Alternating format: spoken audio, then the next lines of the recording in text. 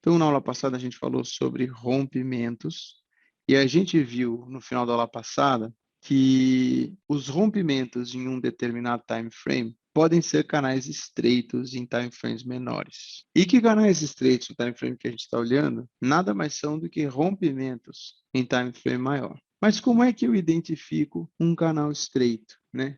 Lembrando daquela brincadeira que a gente vinha fazendo com o Bonner e o Brooks, eu precisava apresentar para vocês a carinha, o estilo, o desenho, a figura, a fisionomia, se fosse ali uma pessoa, de um canal estreito. Então, eu separei aqui dois exemplares, né, de canais estreitos. Um canal estreito de alta e um canal estreito de baixa.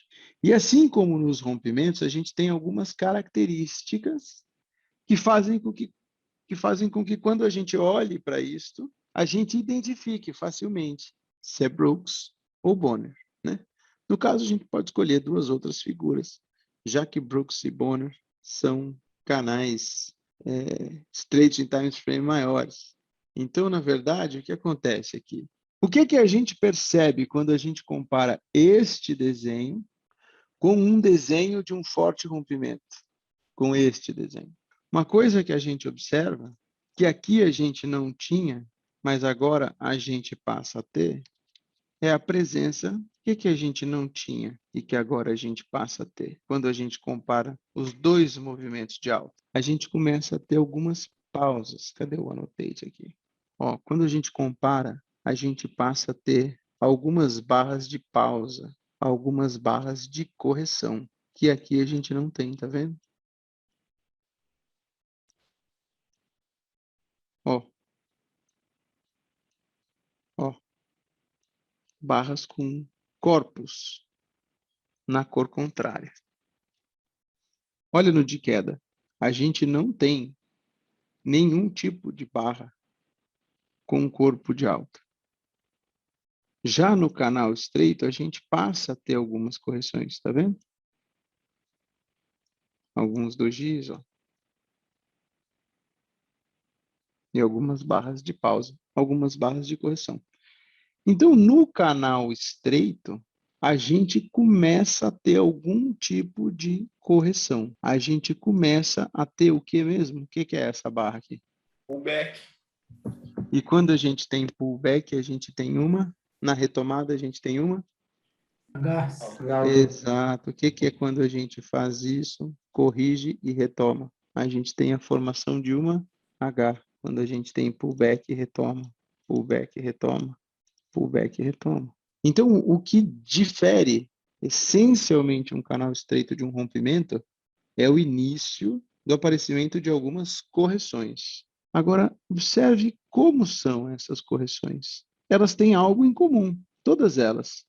O que vocês podem me dizer a respeito dessas correções, olhando para elas? Normalmente são dojis, está vendo? São sobrepostas, são pequenas barras, normalmente são rasas, e observe que uma ou duas, uma, duas ou três, duas, uma, duas, uma, três. Observe que em 3 a 5 barras o movimento já é retomado.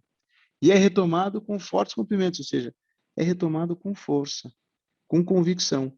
A barra de correção não mostra convicção na ponta contrária. Você não vê uma barra forte de tendência de queda fechando na mínima, deslocando o preço até 50% da barra de impulso, tá vendo? Você vê barras de pausa, barras de dúvida, que normalmente levam a correções rasas e que duram 3 a 5 barras. 3 a 5 barras é demorado ou é rápido?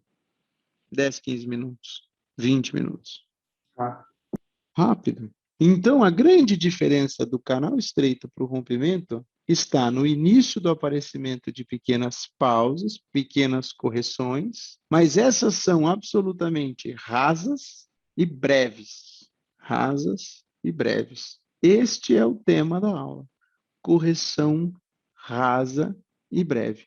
Ausência de correção em movimento muito forte direcional, rompimento. Comecei a ter algum tipo de pausa, algum tipo de correção. Se rasa e, sobretudo, breve, canal estreito. Por que e, sobretudo, breve? Porque se ela for longa, você vai ter uma variação do canal estreito, que é um canal amplo que se comporta, produz efeito de canal estreito. Quando isto aqui fica assim, ó. Até que faz isso. O que aconteceu aqui? A correção não deixou de ser rasa, ou seja, ainda há força. Porque lembra que um dos critérios que a gente observou é a profundidade da correção. Enquanto rasa, há um desequilíbrio, um predomínio da força que vinha antes. No caso aqui da queda, enquanto se mantiver raso, significa que não há chance para os compradores. Porém, já não é tão breve. Não sendo tão breve, não há tanta urgência, não há tanta pressão. Porém, em algum momento, isso vai romper. E se rompido para baixo, retomada da força. Enquanto a correção se mantiver rasa, evite operar contra isto e faça trades a favor da força. Ou seja, compre baixo, saia o mais rápido possível, venda alto e saia nos retestes da linha de baixo do canal, caso não haja um rompimento, tá? Então é importante observar isto, que a diferença entre rompimentos e canais estreitos está basicamente no aparecimento, no surgimento, no início das correções, que são, na sua maioria, rasas e breves. Existe um padrão de tendência que se chama Small Pullback Trend, ou tendência de correção rasa. E o que é uma tendência de correção rasa? É uma tendência que tem impulso seguido de correção rasa. Impulso, correção rasa, rompimento, correção rasa, rompimento, correção rasa, rompimento. Pergunta: Small Pullback Trend, ou tendência de correção rasa, é igual a canal estreito? Sim, não e por quê? Ou, em outras palavras, todo canal estreito é uma tendência de correção rasa? Toda tendência de correção rasa é um canal estreito? Uhum. Todo canal estreito é uma tendência de correção rasa, mas nem toda correção rasa, tendência de correção rasa, é um canal estreito.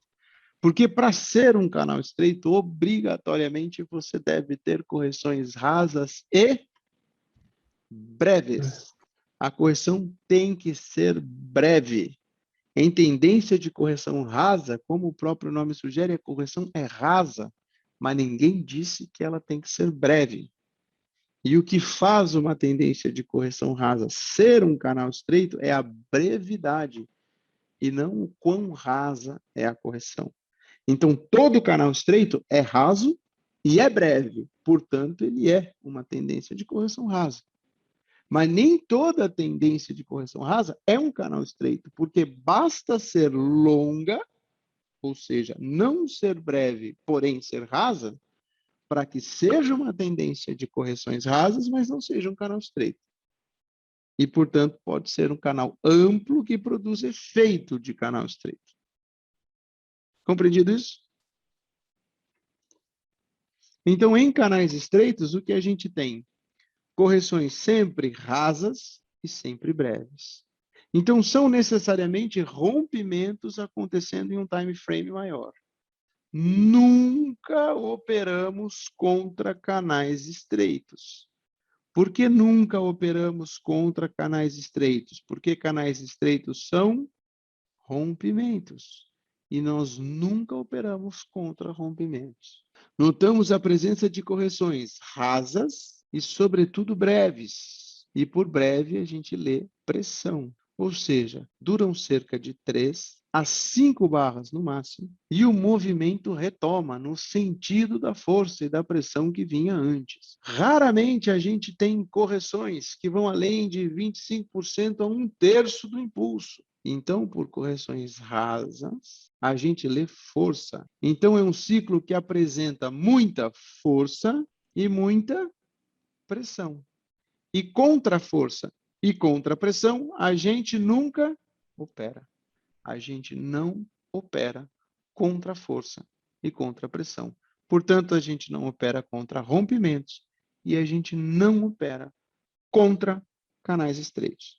E aqui coloco exatamente o que a gente falava no slide anterior. Se diferem das tendências de correções rasas e dos pullbacks sem fins, justamente em relação ao tempo. Porque as correções, além de rasas, são breves. São rompimentos intercalados por pequenas pausas, seguidas de novos rompimentos, como a gente viu aqui. Rompimento, pausa, rasa, breve, uma, duas, três, retoma, rompimento, pausa, uma, duas, retoma, rompimento de novo. Correções sempre rasas e sempre breves. E como é que a gente opera os canais estreitos? Basicamente, do mesmo jeito que a gente opera rompimentos, já que canais estreitos são rompimentos em time frames maiores, né? Então, o que a gente faz? A gente entra com ordem limitada ou a mercado em fechamentos. A gente entra com ordem a mercado a qualquer instante. A gente entra com ordem stop abaixo de barra. E por que a gente entra com ordem stop abaixo de barra? Porque há momento, porque ainda é um trade de momento, ainda tem força, ainda tem energia, ainda é urgente, ainda tem velocidade, ainda tem movimento, que a gente reconhece através dos sinais de força, como barras de tendência fortes e consecutivas, ou seja, a gente vê continuidade no movimento. E quando a gente vê qualquer tipo de pausa, normalmente ela é rasa e breve. Porém, como a gente já tem algum tipo de correção, a gente já vê alguma pausa no movimento, a gente utiliza essas correções, a gente utiliza essas pausas, que normalmente se comportam como barras de sinal, porém em contextos ruins, péssimos, para que a gente possa estruturar uma entrada a favor do movimento, com um preço um pouco melhor. A gente deve observar que canais estreitos costumam ir muito mais longe do que se imagina, ou mesmo do que às vezes a nossa própria conta pode aguentar. Então, se você estiver contra um canal estreito e perceber que as correções estão ficando sempre rasas e breves, e portanto um canal estreito, e portanto um rompimento em um time frame maior, ou você estopa imediatamente, ou você vira a mão. Porque se você deixar rodar, esse troço vai muito mais longe do que você imagina. E normalmente você não consegue sair. E se você ainda escalar contra este ciclo, provavelmente você vai dar a tua conta para o mercado e vai ser estopado pela corretora. Porque a correção é tão rasa e tão breve que não tem amplitude para você poder, mesmo escalando, buscar algum tipo de correção que conserte o seu preço e te coloque a favor do movimento. Então, o mais indicado quando se percebe a presença ou a formação de um canal estreito é, se você não estiver a favor do preço, você estopar isso imediatamente ou virar a tua mão. Então, em canais estreitos, não há como corrigir ou completar os nossos lotes. É stop. Stop. Ou vira a mão imediatamente. E observe que qualquer barra de sinal, normalmente contra o movimento, é uma excelente barra de entrada no sentido do movimento. É a falha do sinal que interessa para nós nas correções de canais estreitos. Quais são os alvos? Os mesmos dos rompimentos, movimentos projetados. Então, se o canal estreito é um rompimento num time frame maior, eu posso avançar o time frame, encontrar o núcleo do rompimento, a partir dele criar um alvo movimento projetado, ou a primeira barra de impulso, ou a estrutura que deu origem e tal. Crio um movimento projetado em função das barras de rompimento, das barras de tendência que compõem o ciclo. Levo a favor do canal. E as barras de sinal, por exemplo, que forem contrárias à estrutura do canal, eu uso para operar contra, acreditando que muito provavelmente o sinal da contratendência deve falhar e o movimento deve ser retomado com um novo rompimento. Porque as correções são rasas e breves. Então, se eu estiver contra o que eu faço, stopa na hora. Na hora. Então, olha que interessante. Canal estreito. Canal estreito, inclusive com a presença de um microcanal de alta. Ou seja, é muito forte. Como eu compro? Eu compro, stop. Compro, stop, fechamento. Compro com ordem limitada um tique abaixo do fechamento. Compro 50%. Compro fechamento de barra. Compro máxima de barra. Compro abaixo. Compro com ordem limitada na abertura da barra anterior. Compro por qualquer razão. Exatamente como a gente fazia no rompimento. E no caso de venda, da mesma forma, venda fechamento, venda acima com ordem limitada, venda mínima de barra com ordem stop, vendo meio de barra, vendo a mercado, vendo abertura, vendo por qualquer razão, até o alvo de um movimento projetado. Por exemplo, este movimento projetado. Deve dar mais ou menos aqui, assim, vou vendendo, vou vendendo. Eu quero vender, eu nunca vou operar contra uma estrutura dessa. E a pergunta do milhão é, ainda que eu venda aqui, ainda que eu venda aqui, ainda que eu venda aqui, ou que eu venda aqui, aonde é que está o meu stop e por quê? Ou, se eu vendi aqui, se eu vendi aqui, se eu vendi aqui, se eu vendi em qualquer lugar aqui, por que que o meu stop está aqui? Porque é um rompimento no time frame maior? Exatamente. Se isto aqui é um rompimento, como é que eu opero o rompimento? Eu não compro em qualquer lugar? O stop abaixo da barra que deu início ao impulso? Se isto aqui é um rompimento, eu não vendo em qualquer lugar com a barra acima da barra que deu origem ao impulso? Então, não importa o que eu faça aqui, meu stop está aqui. Não importa o que eu faça aqui, meu stop está aqui. Não importa onde eu entre nessa estrutura, meu stop está aqui, ó. Não importa onde eu entre nessa estrutura aqui. Meu stop está aqui. Meu stop está aqui. Meu stop está aqui. Meu stop está aqui. Meu stop está aqui em cima, ó. Não tem conversa. Meu stop está aqui. É um rompimento. Uma variação importante dos canais estreitos são os microcanais. Temos dois destacados aqui.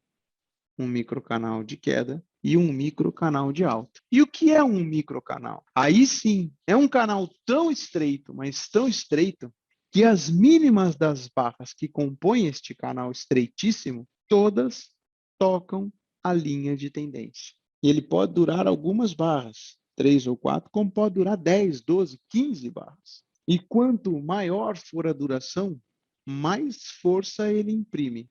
Portanto, a primeira vez que uma barra tentar violar a máxima de um canal estreito de queda, provavelmente ela deve falhar. Assim como a primeira vez que uma barra tentar violar a mínima de um canal estreito de alta, ela também deve falhar. A primeira vez. E aí você vai ter chance de estruturar um trade comprando com ordem limitada abaixo de barra ou vendendo com ordem limitada acima de barra contra um canal estreito que te propicia uma entrada em uma violação de máximo ou mínimo. Então, como é que a gente opera canais estreitos? Exatamente como a gente opera rompimentos. Com uma diferença, com um bônus. Qual bônus, Otávio? Como a gente já tem algum tipo de correção, sendo rasa e breve, ao invés de só comprar fechamentos, um tique abaixo de fechamento de barra, um tique acima de fechamento de barra, no caso de um rompimento baixista, comprar a mercado, vender a mercado, o que é que a gente vai fazer também nos canais estreitos? A gente vai esperar aproveitar a deixa da correção rasa e breve para que eu opere contra a correção a favor da força, utilizando-se da correção para uma entrada com um valor melhor, com um preço melhor. Ou seja, se nessa estrutura de rompimento eu só compraria aqui, ó, com ordem stop, acima de fechamento de barra, ordem limitada abaixo do fechamento da barra, comprando o rompimento de máxima, comprando a mercado, quando vier uma correção desta daqui, que me traz uma boa barra de sinal, desde que em um bom contexto eu vou aproveitar o fechamento desta barra, que é uma barra de sinal de queda, para comprar. Então eu vou observar uma pausa dessa e vou comprar baixo. Eu vou olhar uma correção dessa e vou comprar fechamento com ordem limitada. Eu vou observar uma correção dessa e vou tomar aqui. Abaixo do fechamento dessa barra preta, eu vou tomar, vou entrar nessa aqui. E assim sucessivamente. E se eu estiver no trade, Otávio? Aí é mais gostoso ainda, porque você já está ganhando dinheiro, veio abaixo, você aumenta o lote. Vai lá no alvo, realiza, veio abaixo, aumenta o lote. Leva de novo, realiza no movimento projetado, veio abaixo, aumenta o lote. E aí você vai escalando para dentro. E aqui a gente começa a ter a possibilidade de escalar quando o trade vai a nosso favor. Então, mercado veio abaixo, eu compro. Mercado veio abaixo, eu compro. Mercado veio abaixo, eu compro. Mercado foi acima, me deu chance, eu vendo. Mais caro. Aumento o meu lote. Ganhei todo o rompimento. Foi acima, pau na venda. E ganho mais um teco. Então, eu aproveito as estruturas corretivas que me levam a preços mais apetitosos, mais interessantes, para operar a favor da força. O segredo está em reconhecer este desenho. De bermuda ou de terno, é a mesma pessoa, tá certo? É isso que interessa. Os canais estreitos se parecem com isto aqui. Então, quando vocês olharem para qualquer estrutura no meio do gráfico que parecer com isto aqui, vocês vão reconhecer que isso é um canal estreito.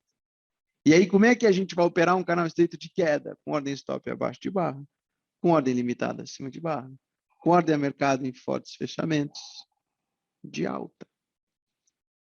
Porque eu vou aproveitar a tal da correção para vender num preço melhor. Eu vou operar a favor da força. E com relação ao tamanho do lote, eu entro com o lote cheio ou eu entro com 1/10 do meu lote? E por quê? Porque se trata de um rompimento. E o stop quase sempre vai estar distante. Por quê? Vai estar lá embaixo da barra que produziu o impulso. Exatamente como em rompimentos. Porque são ciclos de rompimento também. Em time frame maior, mas não deixa de ser um rompimento. Vamos ao Profit Pro. E nós tivemos um dia desses recente. E eu quero mostrar para vocês. Ó, correção rasa. Ó, olha isso. Olha isso. Olha isso. Correção rasa. E breve, ó. O mercado acelera. A 72, deixa o mercado já está always in long aqui. Mas olha as correções. Olha isso aqui. A gente faz esta mínima aqui e depois a gente não perde mais mínima. A gente vai perder lá, aqui. A correção foi de 25%, ó, tá vendo isso? A gente faz uma correção, deixa um fundo duplo. Daqui a gente faz um spike, impulso. Correção rasíssima. Quantas barras de correção? 1, 2 e rompe. Correção rasa, rompe. E aí, olha isso aqui. Microcanal de alta. Quando vem abaixo, a primeira tentativa de perder microcanal prolongado normalmente é revertida. E aí outra correção rasa e breve. Por que outra correção rasa e breve? Porque se você observar desta mínima até esta máxima, quanto essa barra corrige? Comprar abaixo dela, fundo duplo, outro rompimento. Outra estrutura, canal estreito. Agora, nota como essa estrutura aqui, desde aqui, ó, nota como essa estrutura tem um desenho parecido, semelhante a uma estrutura de... Tem estrutura parecida, semelhante. Olha isso aqui. Dá para vender essa barra de sinal, 19? Dá para vender barra de sinal da 21? Por que não dá? O que vocês acham dessa correção? Extremamente rasa. Aí você tem um novo impulso. Que impulso? Daqui, não tem aqui. Tenho essa correção. O que vocês acham de vender essa barra de sinal? Ou essa da 34? Não chegou nos 50%. Correção é rasa. Correção rasa é sinal de força, depois de microcanal de alta. Por quê? Como é que eu faço para identificar um microcanal? Linha de tendência em que todas as mínimas tocam a mesma linha.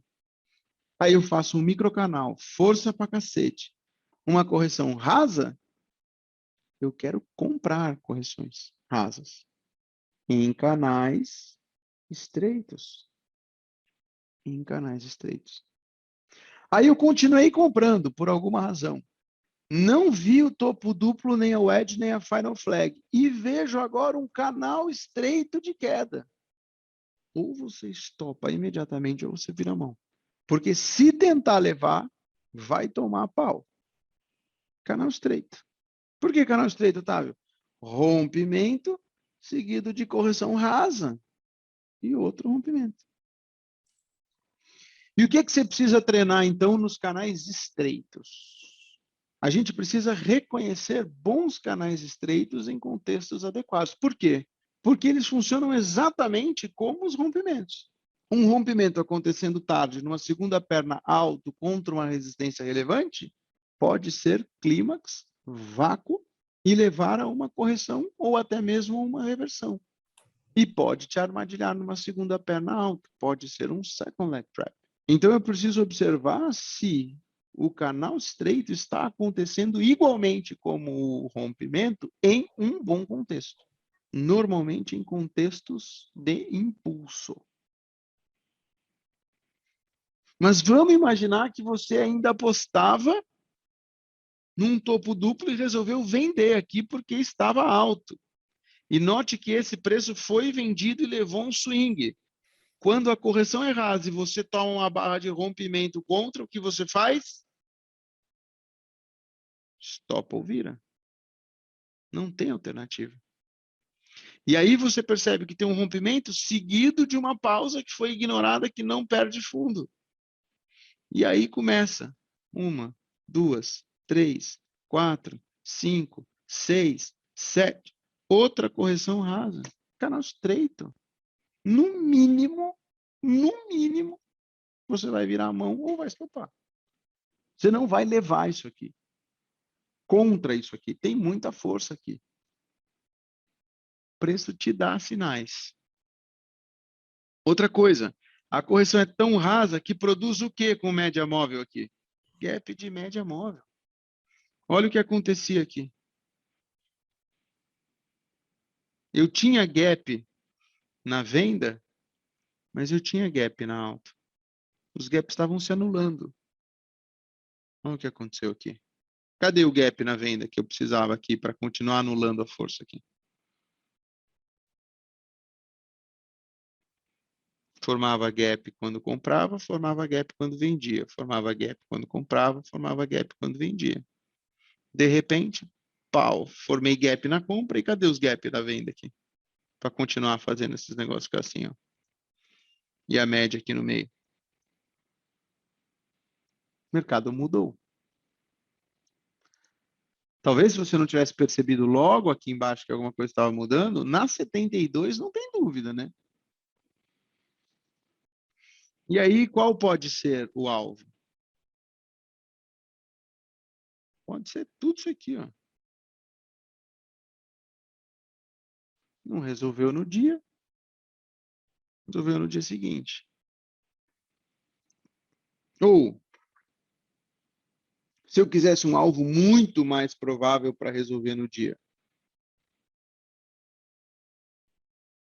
Esse tamanho, ou esse tamanho, ou esse tamanho, ou esse tamanho. Qualquer um desses movimentos projetados da primeira perna levam a um alvo excepcional para o dia. Provavelmente eu, Otávio, se estivesse operando isso, o que eu faria? Eu projetaria a primeira perna. Qual é a primeira perna? Daqui até aqui. Na verdade, até aqui, né? Você faz fundo aqui e desse fundo você não perde mais fundo, né? Até aqui. Então, eu projetaria esta perna aqui em corpus, deu lá. Rompeu, foi embora. Você traz para o fundo imediatamente anterior aqui. Aí, na mínima. Cravou o alvo lá, bonitão.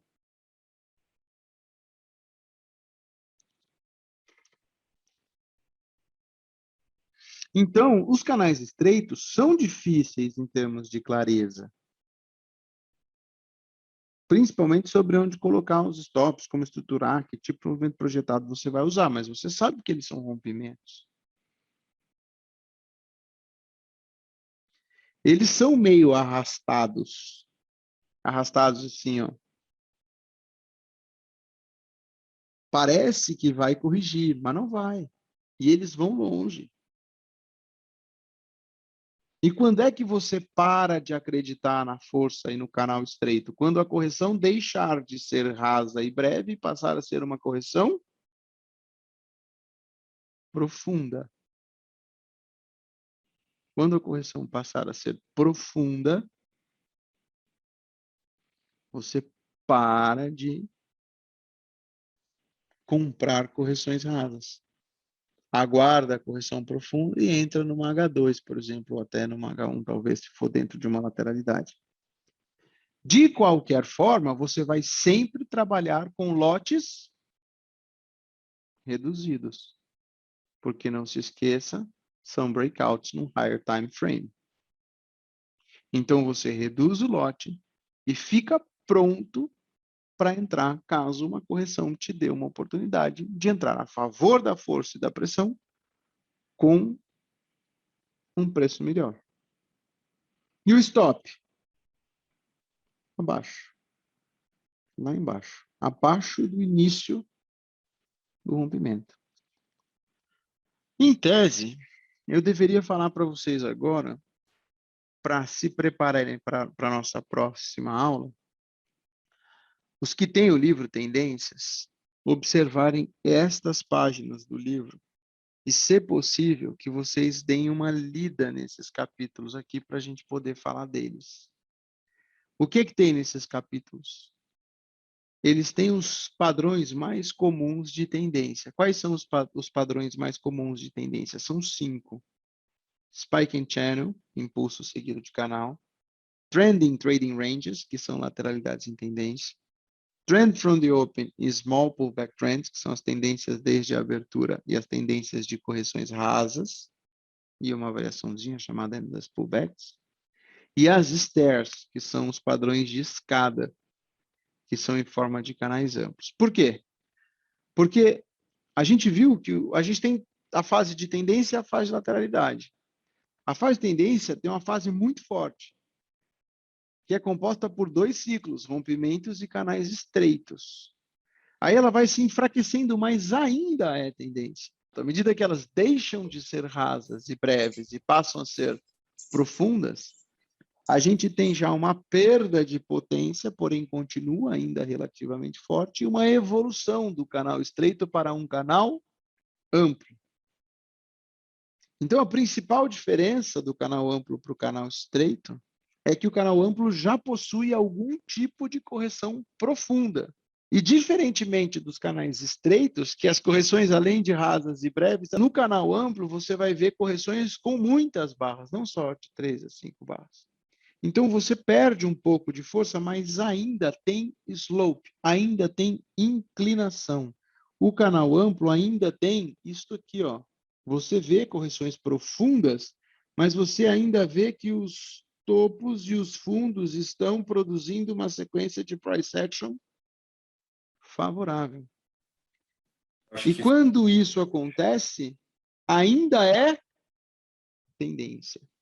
Spike in channel, trading ranges, trend from the open, small pullback trends, stairs, são padrões de tendência. Se são padrões de tendência, eu vou operar contra tendência? Lembra que o Brooks disse no bar by bar que você não será consistentemente lucrativo enquanto não deixar de operar contra a tendência.